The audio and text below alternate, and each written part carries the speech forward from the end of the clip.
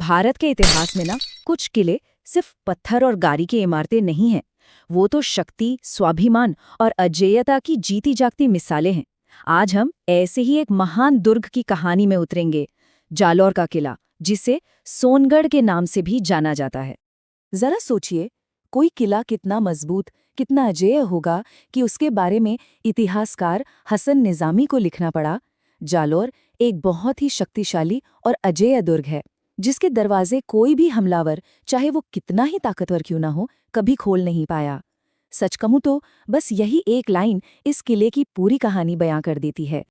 तो चलिए सबसे पहले इस किले की पहचान और इसके इस मशहूर नाम के पीछे की कहानी को समझते हैं, क्योंकि इसका नाम ही ना इसकी महानता की पहली झलक दे देता है।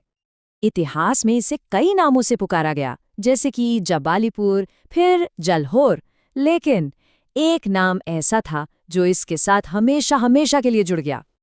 जी हाँ, वो नाम है सोनगढ़, यानी सोने का किला। और ये नाम कोई ऐसी ही दी गई उपाधि नहीं थी, बल्कि ये सीधा उस राजवंश से जुड़ा है जिसने इस किले को अपनी पहचान दी, इसके गौरव को एक अलग ही लेवल पे पहुंचाया। तो अब ये जानना तो बनता है कि आखिर कौन थे वो राजवंश जिन्होंने इस अजय किले पर राज किया और इसे और भी ज्यादा मजबूत बनाया। और यहीं एक बहुत दिलचस्प बात सामने आती है। इतिहासकार डॉक्टर दशरथ शर्मा के मुताबिक इस किले की नींव चौहानों ने नहीं रखी थी, बल्कि उनसे भी पहले एक और महान वंश यानी प्रतिहारों ने रखी थी। उनके हिसाब से इस किले को बनवाने वाले असल में प्रतिहार वंश के राजा नागभट्ट प्रथम थे। मतलब ये किला हमारी सोच से भी कई ज्यादा पुराना और ऐतिहासिक है। तो कहानी कुछ यूं है कि किले की शुरुआत तो प्रतिहारों ने की, लेकिन इसका सुनहरा दौर शुरू हुआ जब कीर्तिपाल ने यहाँ चौहान वंश की एक नई ब्रांच की स्थापना की। उन्होंने जालोर को अपनी राजधानी बनाया और बस यहीं से इसका इतिहास हमेशा के लिए बदल गया। और यहीं से जन्म हुआ सोनगरा चौहानों का। कीर्तिपाल ने जो चौहानों की शाखा यहाँ शुरू की, वो सोनगरा कहलाई। क्यों? क्योंकि वे सोनगढ़ यानी जालौर के किले से शासन करते थे। तो इस तरह किला और राजवंश दोनों की पहचान एक दूसरे में ही मिल गई। अच्छा, बाहर की कहानी तो हमने जान ली। अब जरा किले की दीवारों के अंदर चलते हैं और देखते हैं कि ये अपने अंदर कौन-कौन से खजाने छिपाए बैठा है। इस किले के अंदर महाराजा मानसिंह की शानदार महल हैं, जोगमाया और चामुंडा माता के प्राचीन मंदिर हैं, दहियों की पोल जैसा विशाल दरवाजा है। और देखिए, एक तरफ संत मल्लिक शाह की दरगाह है, तो दूसरी तरफ परमारों के समय का बना कीर्ति स्तंभ। ये कमाल का संगम दिखाता है कि ये किला सिर्फ एक फौजी अड्डा नहीं था, बल्कि अलग-अलग संस्कृतियों का घर भी था। अब जरा इतिहास के एक बहुत ही खास पल पर गौर करते हैं। एक ऐसी घटना जो इसी किले की दीवारों के अंदर हुई और जिसकी गूंज आज तक सुनाई देती है। बात है साल 778 ईस्वी की। क्या खास था इस साल में? क्यों ये साल जालौर के इतिहास में एक मील का पत्थर माना जाता है? वजह ये थी कि इस साल यहाँ कुछ बहुत ही खास रचा गया था। उस दौर में जब चारों तरफ लड़ाइयों और संघर्ष का माहौल था, तब इस किले की सुरक्षित दीवारों के अंदर एक बहुत बड़े साहित्यिक ग्रंथ की रचना हो रही थी। जी हाँ, यहीं पर जैन आचार्य उद्योतन सूरि ने अपने मशहूर ग्रंथ कुवलयमाला को लिखा था। सोचिए, युद्ध के शोर से दूर इस किले ने साहित्य को पनाह दी। ये इसके सांस्कृतिक महत्व को साबित करने के लिए काफी है। तो सबसे ज़रूरी बात जो समझने वाली है वो ये है कि जालौर का किला सिर्फ एक सैन्य गढ़ नहीं था। ये ज्ञान, साहित्य और संस्कृति का भी एक बहुत बड़ा सेंटर था। इसने सिर्फ साम्राज्यों को ही नहीं बचाया, बल्कि विचारों को भी पाला पोसा। एक किला जो सिर्फ पत्थर का नहीं बल्कि इतिहास का भी रखवाला है। जरा सोचिए, इसकी ये दीवारें अपने सीने में और न जाने कितने अनगिनत सदियों का इतिहास अपनी आंखों से देखा है। ये कोई मामूली किला नहीं है। इसका नाम है सुवर्णगिरी, यानी सोने का पर्वत। और इसकी दीवारों में ना वीरता और बलिदान की कहानियां आज भी गूंजती हैं। तो सवाल यही उठता है, ये जो किला पहाड़ी पर खड़ा है, आखिर ये किस महान योद्धा की कहानी हमें सुनाता है? देखिए, ये सिर्फ पत्थर और दीवारों का ढांचा तो है नहीं, ये एक महान योद्धा की वीरता का प्रतीक है। तो चलिए इसी सवाल का जवाब ढूंढते हैं। सबसे पहले तो इस किले को एक किरदार की तरह देखते हैं। एक ऐसा किरदार जो सदियों से चुपचाप बस समय को गुजरते हुए देखता रहा है। ये सिर्फ एक इमारत नहीं है, बल्कि इतिहास का एक जीता जागता गवाह है, जिसकी हर ईंट, हर पत्थर एक कहानी कहता है। तो ये किला है कहाँ?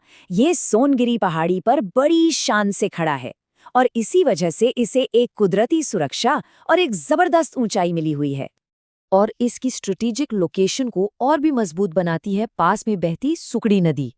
अब देखिए, ये नदी सिर्फ पानी का सोर्स ही नहीं थी, बल्कि दुश्मनों के लिए एक नेचुरल रुकावट भी थी। मतलब किले पर कब्जा करना और भी मुश्किल हो जाता था। तो चलिए अब थोड़ा और पीछे चलते हैं इसकी बुनियाद में। ये कब बना, कैसे बना और इसके जो नाम हैं उनके पीछे की कहानी क्या है। देखिए, इस किले की नींव बहुत बहुत पुरानी है। इसे बनवाया था प्रतिहार वंश ने, वो भी 8वीं शताब्दी में, यानी आज से करीब 1200 साल से भी ज्यादा पहले। सोचिए जरा। और एक दिलचस्प बात पता है क्या है? पुराने शिलालेखों से हमें इसके पुराने नाम भी पता चलते हैं। जालोर शहर को उस जमाने में जबालीपुर कहा जाता था और इस शानदार किले को नाम मिला था सुवर्णगिरी, यानी सोने का पर्वत। अब जाहिर सी बात है, इतना अहम किला, इतना स्ट्रेटेजिक, तो हर किसी की नज़र इस पे थी। ये हमेशा से ही शासकों के लिए एक बेशकीमती इनाम रहा है और यही वजह है कि इस पर कब्जा करने के लिए कई राजवंशों में होड़ लगी रही। यहाँ सत्ता का खेल हमेशा चलता रहा। 8वीं सदी में प्रतिहारों से कहानी शुरू हुई, फिर आए परमार, चौहान, सोलंकी, तुर्क और फिर राठौड़, एक के बाद एक। हर दौर में ये किला पावर का एक बड़ा सेंटर बना रहा, क्योंकि यहाँ से गुजरात के बंदरगाहों और नॉर्थ इंडिया के बीच जो जरूरी ट्रेड रूट्स थे, उन पर नजर रखी जा सकती थी। लेकिन इन सब शासकों के बीच एक नाम ऐसा है जिसने इस किले के इतिहास को हमेशा के लिए अमर कर दिया। अब हम कहानी के सबसे गौरवशाली हिस्से की तरफ बढ़ रहे हैं, और वो नाम है कान्हड़देव चौहान। भले ही उनका शासनकाल बहुत लंबा नहीं था, सिर्फ 1305 से 1311 तक, लेकिन इतिहास पर उनकी छाप इतनी गहरी है कि आज भी उन्हें याद किया जाता है। उन्हें याद क्यों किया जाता है? क्योंकि उन्होंने उस दौर के सबसे ताकतवर शासकों में से एक अलाउद्दीन खिलजी के खिलाफ एक जबरदस्त और साहसी प्रतिरोध किया था। ये एक ऐसी लड़ाई थी जिसने इतिहास का रुख मोड़ दिया। और आखिर में अपने राज्य और अपनी प्रजा की रक्षा करते हुए कान्हड़देव चौहान वीर गति को प्राप्त हुए। उनकी शहावत आज भी वीरता का एक अमर प्रतीक मानी जाती है। कहानी सिर्फ युद्ध और वीरता की नहीं है, किले के अंदर भी बहुत कुछ है जो हमें इतिहास की परतें दिखाता है। चलिए अब किले के अंदर की एक ऐसी ही अद्भुत जगह को देखते हैं। ये कमाल का उदाहरण है कि इतिहास कैसे एक ही जगह पर अपनी अलग अलग छाप छोड़ता है। ये इमारत, जिसे आज तोपखाना मस्जिद कहते हैं, पहले एक संस्कृत पाठशाला हुआ करती थी। इसे परमार शासक भोज ने बनवाया था और बाद में ये एक मस्जिद में तब्दील हो गई। ये बदलाव हमें दिखाता है कि कैसे एक ही जगह समय के साथ अलग अलग सभ्यताओं की पहचान को अपना लेती है। तो इन सब कहानियों के बाद आखिर ये किला आज हमारे लिए क्या मायने रखता है? इसके पत्थर आज हमें क्या याद दिलाते हैं? चलिए इसे समेटते हैं। तो आखिर में सुवर्णगिरी सिर्फ एक किला नहीं है, ये एक प्रतीक है रणनीतिक महत्व का। ये गवाह है सदियों के शासन का। ये वो जगह है जहां एक महान प्रतिरोध हुआ, और सबसे बढ़कर ये हमारी विरासत का एक ऐसा हिस्सा है जो आज भी जिंदा है।